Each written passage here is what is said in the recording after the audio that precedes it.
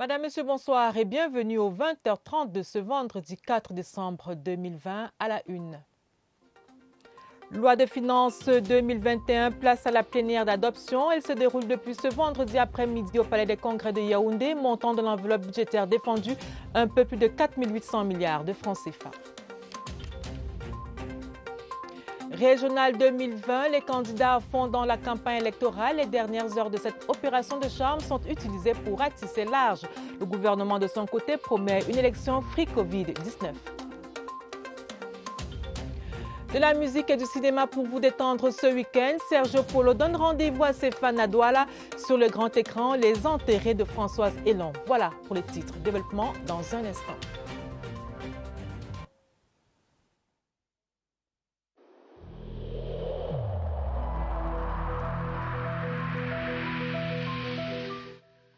Le port du masque dans l'espace public restera obligatoire jusqu'à nouvel ordre.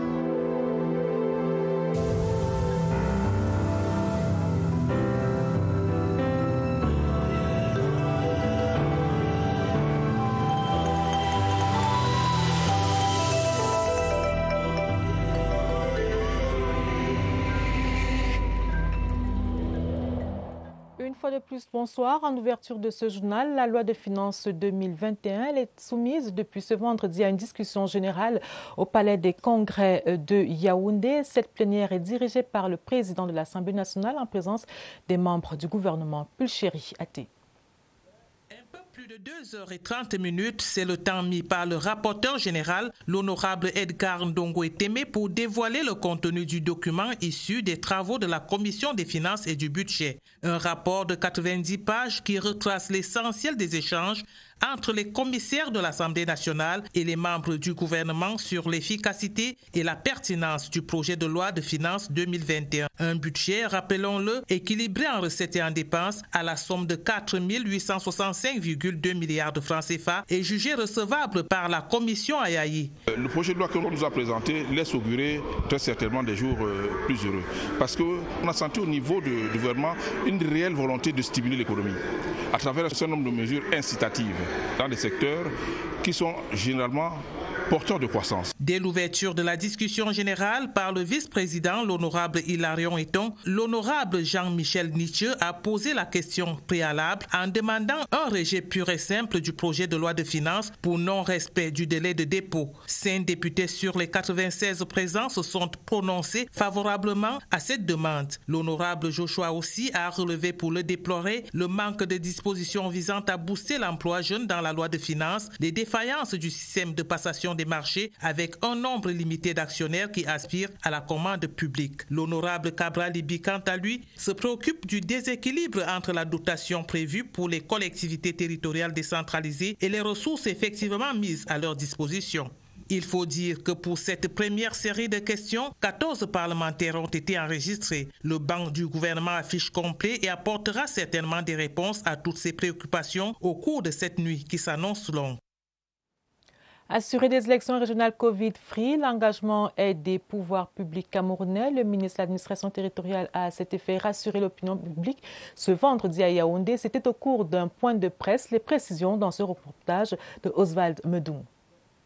Si l'organisation des toutes premières élections régionales au Cameroun n'est pas un fait anodin, le contexte sanitaire dans lequel elles se déroulent ne l'est pas moins.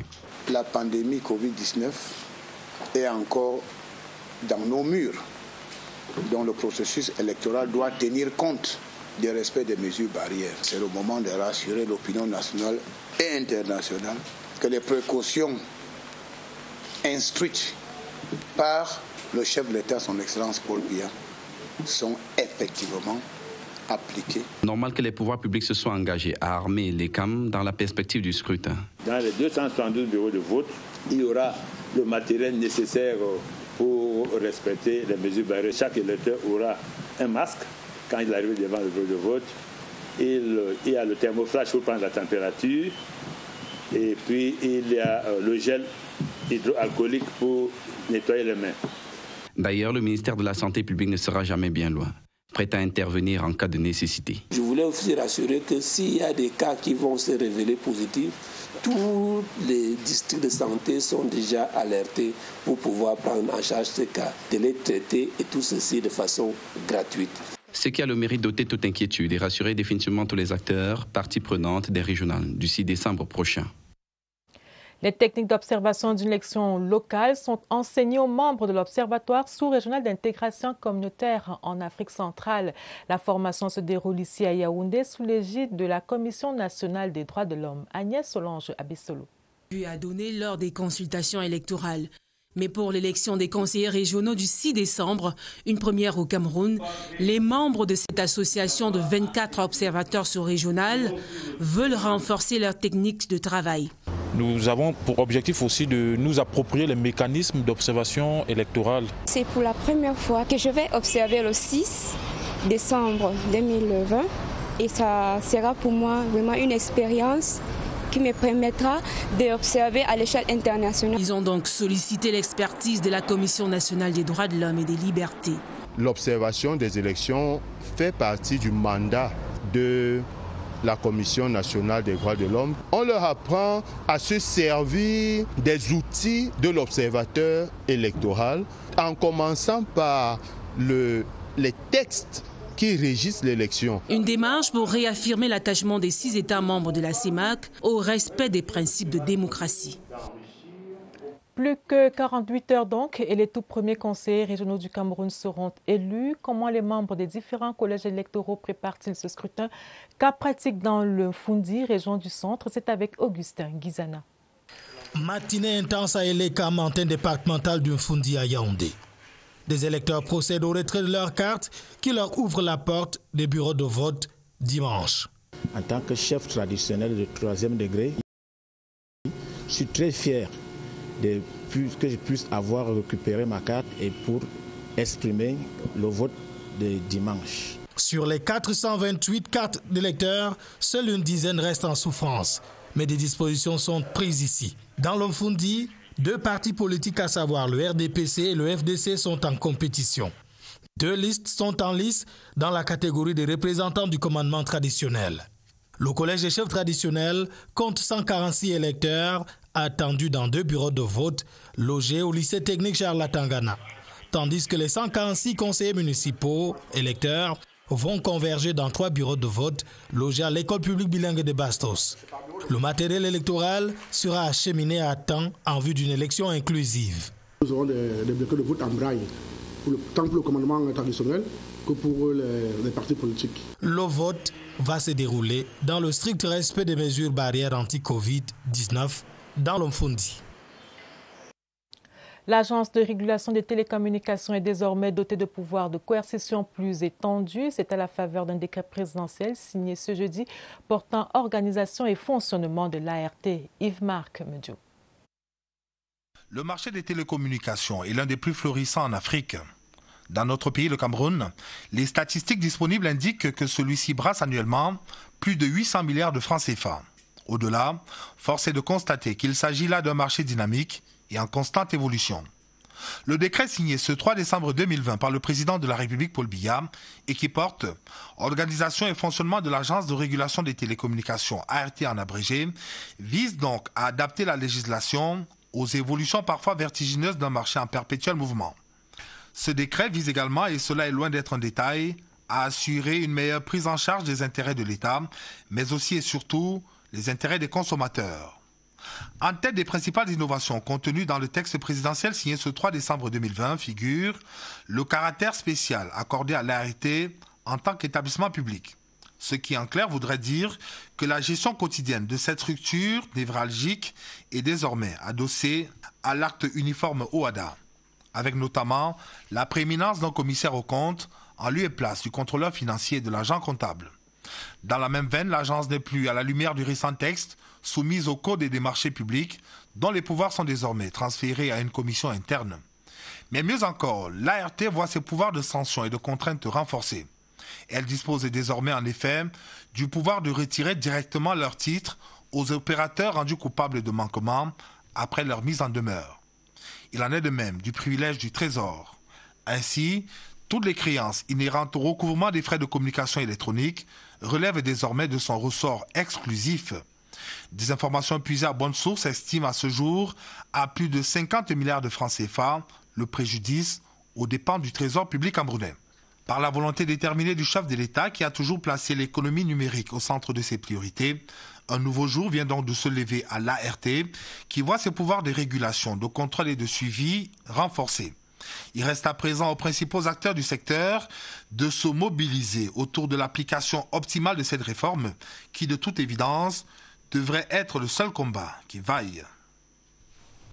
La première pierre du nouveau siège de la mairie de Yaoundé, 6e, 5e, est posée. Le ministre de la Décentralisation a présidé la cérémonie relative ce vendredi, date prévue pour la livraison des travaux juin 2022. Sadou Mamoudou. La chasse aura été bonne pour le ministre de la Décentralisation et du Développement local. Une partie qui accouchera dans 18 mois de l'hôtel de ville de la mairie de Yaoundé 5. La lettre Y qui rappelle la ville de Yaoundé correspond aux 5 étages qui composent ce bâtiment. Le coût global est estimé autour de 2,5 milliards. Le linceul qui enveloppe le nouveau centre administratif de cette circonscription après la vieille dame Essos sortira de la farce Colmessin tué poussière. L'hôtel de ville est lancé aujourd'hui. Bientôt, les travaux de la route également vont démarrer.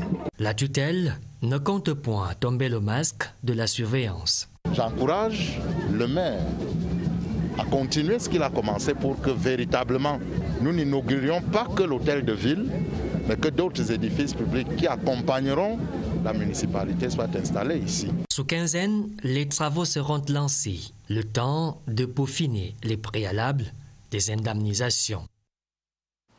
Le ministre de l'Habitat et du Développement urbain sait désormais un peu plus sur l'état d'avancement des chantiers d'infrastructure portés par son ministère dans la région de l'Ouest. Célestine Ketcha-Courtez vient d'y achever une visite qu'il a notamment conduite sur les chantiers routiers. Christelle Kemouni, CRTV Ouest. Sur le tronçon Bangoua-Banganfokam, long de 10 km, la société en charge des travaux est à pied d'œuvre. Les terrassements sont achevés, les rigoles prennent déjà corps, le rechargement de la chaussée et les travaux d'assainissement sont en cours. Le taux de réalisation ici est de près de 40%. La rue Chantal Biya, poste agricole de Banenkwane, long de 5 km, quant à elle, est réalisée à 66%. Il est important que l'entreprise arrose le chantier lorsque les populations doivent utiliser la voie. Les populations sorties en masse ont exprimé leur joie et leur reconnaissance à l'endroit des pouvoirs publics. Nous sommes contents, nous les commerçants du marché, on remercie beaucoup maman pour cette route. Cette route-là va desservir et permettre à ce que les populations de bandes de femmes et environnantes puissent écouler facilement leurs produits champêtres. Le ministre a promis de transmettre ses remerciements au président de la République et a invité les conseillers municipaux et chefs traditionnels à voter le 6 décembre 2020 pour un développement durable d'Undé. La visite des projets fonds routiers transférés à la commune de Banganté a clôturé cette descente sur le terrain.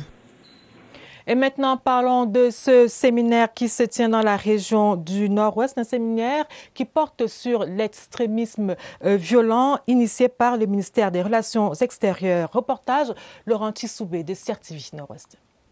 Le Cameroun et la région du Nord-Ouest en particulier est su depuis un certain temps les conséquences de l'extrémisme violent. Pour contrer cette manière de contester l'intégrité et la souveraineté de l'État, le ministère des Relations extérieures, de concert avec le Commonwealth, s'engage à jouer sa partition. Cette activité a été faite pour attirer l'attention sur les dégâts que l'extrémisme violent cause à nos sociétés.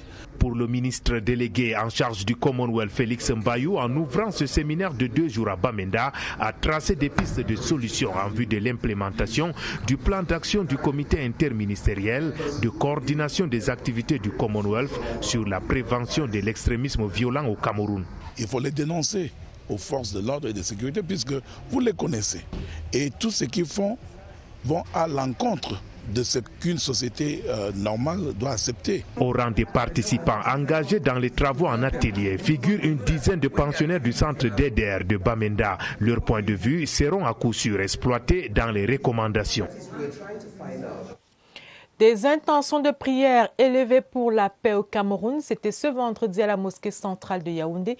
La prière a été conduite par un invité spécial, l'imam d'Abuja, Ibrahim Makari, en présence de nombreuses personnalités de la place. Michel Renaud Owanja.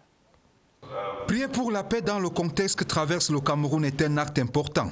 Une raison qui a poussé les imams et oulémas venus des 10 régions du Cameroun d'implorer la miséricorde d'Allah pour un Cameroun harmonieux en cette veille d'élections régionales. Multiconfessionnelle, quelles que soient les religions, nous devrons nous mettre ensemble pour prier pour ce pays.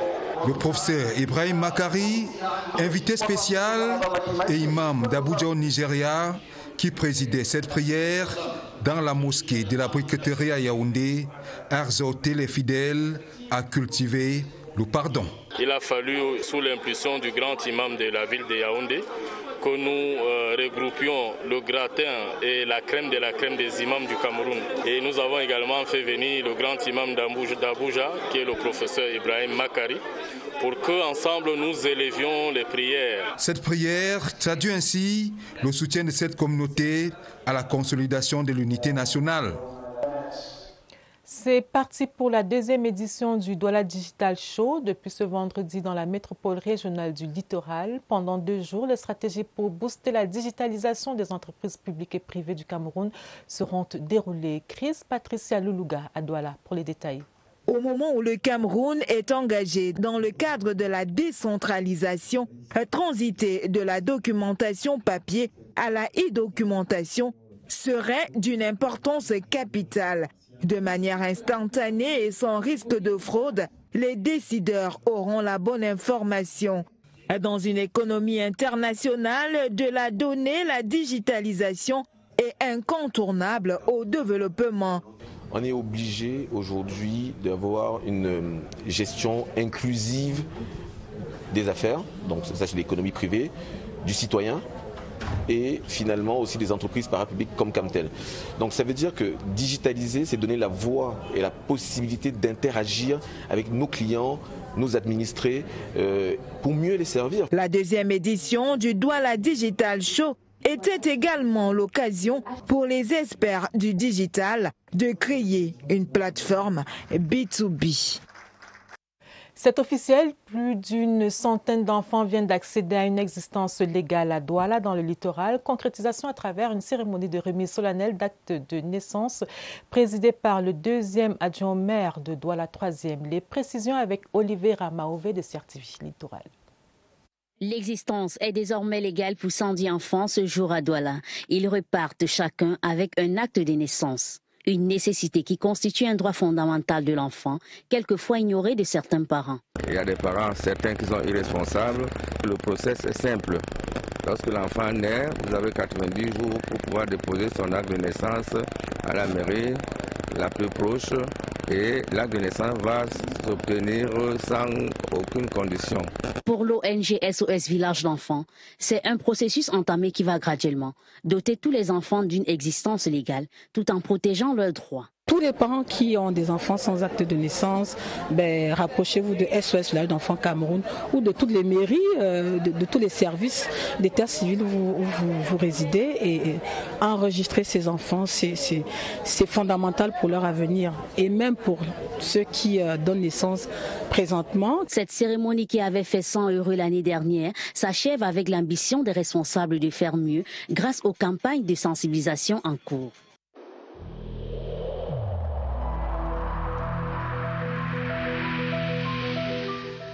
N'oublions pas que la négligence d'une seule personne peut nuire gravement à l'ensemble de la communauté.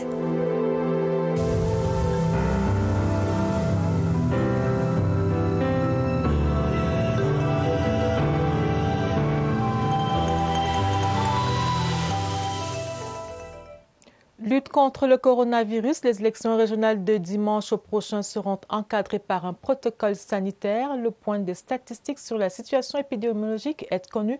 Retrouvons au centre des opérations des urgences de santé publique Évariste Eyenga. Bonsoir Évariste. Bonsoir, le Cameroun, c'est à nouveau plus de 1000 cas actifs. Explication, il y a une progression des contaminations, même si cette progression est légère. Entre le 26 novembre dernier et ce 4 décembre, 371 nouveaux cas ont été enregistrés, ce qui porte le cumul total depuis le mois de mars à 24 560 cas positifs, alors que les guérisons, on enregistre 23 344. Et pour être précis, pour les cas actifs, on en est donc à 1216. Le taux de guérison, lui, reste statique. Il est figé à 95%. Le taux de létalité, il est de 1,7%. Il y a cette échéance de dimanche prochain, le double scrutin des régionales. Plusieurs départements ministériels ont travaillé en concertation, ont élaboré un protocole spécifique pour dimanche prochain. Les mesures barrières seront de mise. Tous les présidents de bureaux de vote ont été testés, mais tous négatifs. Certains scrutateurs également seront testés. À vous le plateau. Merci Évariste. Des récompenses pour les fidèles de MTN Cameroun. Le premier prix est une voiture offerte à la première gagnante de la promotion lancée il y a quelques jours. La remise solennelle était présidée par le directeur marketing de l'opérateur de téléphonie mobile au Cameroun, temps fort de la célébration des 20 années de présence de MTN au Cameroun avec Joseph Gaëtan. Bon. Clé en main, sourire aux lèvres, Bibiane Loré, pour 28 ans, peut se réjouir. MTN vient de faire d'elle la première gagnante de la nouvelle Suzuki Espresso. Elle n'en revient pas. Moi, j'étais un peu étourdie, donc je m'y attendais pas. Vu d'abord que je n'étais même pas en train de savoir que j'étais en train de jouer d'abord. Donc, c'est un beau soir que j'étais endormie. Le téléphone s'est mis à sonner. Et quelqu'un m'appelle, il me dit carrément, j'ai vu ton numéro à Canal 2 et on dit tu as gagné la voiture. Mais celui qui a eu appelé en première position m'a dit apparemment tu ne crois pas, mais je te montre la vidéo. Regarde Canal 2. J'ai dit il n'y a rien à Canal 2. Ensuite il me dit non, voilà la vidéo que je t'ai envoyée à WhatsApp. Regarde. Quand je regarde, à la fin je constate que non, c'est vraiment mon numéro qui est affiché. Mais quand j'ai eu à bien écouter, on m'a dit non, seulement le 87 qui pourrait me faire savoir que non, voilà, c'est toi qui as eu à gagner cette voiture. Cette promotion va connaître un coup d'accélérateur en décembre. Au lieu d'une voiture à gagner par semaine, ce seront désormais 2 véhicules qui seront mis en jeu. Au-delà des voitures, on va aussi faire gagner des milliers de Camerounais. Pendant 90 jours, on donnera 20 000 francs toutes les 20 minutes sur notre réseau. Il suffit de faire un forfait de 250 ou encore un mobile money de 5 000. Je tiens à préciser qu'au-delà de 20 000 francs toutes les 20 minutes, de 20 voitures, on aura un grand gagnant de 20 millions à la fin de la promo. Cette année, c'est vraiment 20 sur 20 avec MTN et je vous encourage tous à participer. Tout le monde aura la chance de gagner. L'entreprise citoyenne MTN, qui célèbre ses 20 années de présence au Cameroun, se rapproche encore davantage de ses clients. La campagne promotionnelle, qui a débuté le 20 novembre dernier, prendra fin le 19 février 2021. Merci José Gaëtan Tchanga depuis CRTV Littoral. De la musique et du cinéma dans la fiche culturelle du week-end. Serge Polo est attendu ce soir à 22h au Félicita Lounge. C'est à la Cité des Palmiers à Douala. Et toujours à Douala, Françoise Elan vous donne rendez-vous à l'Institut français pour la projection de son film Les Enterrés. Laetitia Onana déroule l'agenda culturel du week-end.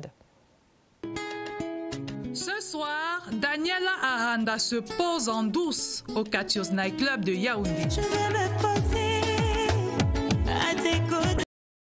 Je ne veux pas rigoler. La pépite révélée au public à The Voice Afrique francophone partagera la scène avec un autre jeune, Happy, qui signe le son de l'heure.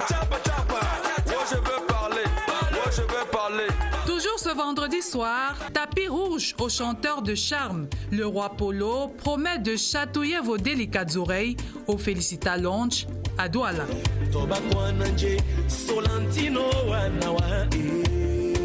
À Bertois, spectacle de ouf avec Blanche Bailey.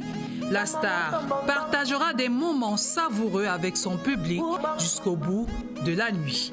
Dans les salles de cinéma, redécouvrez Les Enterrés de la réalisatrice camerounaise Françoise Eyon. Il est temps qu'on vive. Le long métrage de 2019 est gracieusement offert au public de Douala dès 16h à l'Institut français. Bon week-end. Un tournoi de football dénommé FestiFoot Solidarité s'ouvre ce dimanche en Bankomo, centre d'excellence de la CAF. La compétition regroupe 12 clubs de Ligue 1 et 2 équipes nationales, à savoir les Lions A' et les U20. L'initiative est de François Ngoumou, instructeur fédéral de la direction technique nationale. Une belle opportunité pour nos clubs en quête de compétition. Germain Noël Essengé. C'est une véritable aubaine pour nos footballeurs qui sont toujours dans l'attente du démarrage d'un quelconque championnat local. Instructeur à la Fédération belge de football, François Ngoumou a replié au bercail. Nous le devons à la direction technique nationale qui a dit « Moi, ce qui m'intéresse, ce sont que mes 2 équipes qui sont en compétition, c'est-à-dire les A' et les U20, puissent participer à un tournoi. Est-ce que vous n'aurez pas quelque chose dans les tiroirs ?» Les 12 équipes, dont les A' et les U20, ont été réparties en 3 poules sur 2 sites d'accueil, Mbankomo et Oudia. Le tournoi, qui démarre ce dimanche, va durer 21 jours. Une occasion pour les Lions A' de cumuler un bon nombre de matchs avant le CHAN. À ces sélections nationales, les A' et les U20 qui sont en train de préparer les compétitions, de ne plus chercher des adversaires à tue-tête, au hasard, mais en participant au tournoi et en jouant minimum 2 rencontres par semaine. Je crois que cela donnera à manger et à boire et ça permettra véritablement aux entraîneurs de ces sélections de faire tourner leur effectif. À défaut de ce qu'on veut, on se contente de ce qu'on a. Fin de ce journal, une édition préparée avec la collaboration de Daniel Menanga et des stagiaires de l'IFCPA. Merci de l'avoir suivi. Dans un instant, retrouvez Gladys Tata et Nicole Doudou pour le journal des régionales. Bonsoir.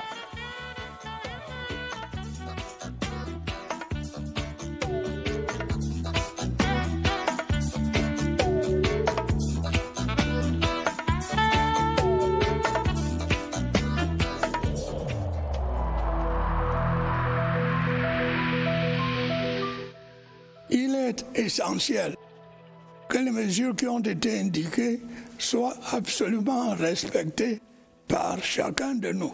Lavez-vous régulièrement les mains à l'eau et au savon ou à l'aide d'un gel hydroalcoolique. Restez à au moins 1 mètre de distance des autres personnes, surtout si elles toussent, éternuent ou ont de la fièvre. Si vous avez de la fièvre, de la toux ou des difficultés à respirer, consultez un médecin.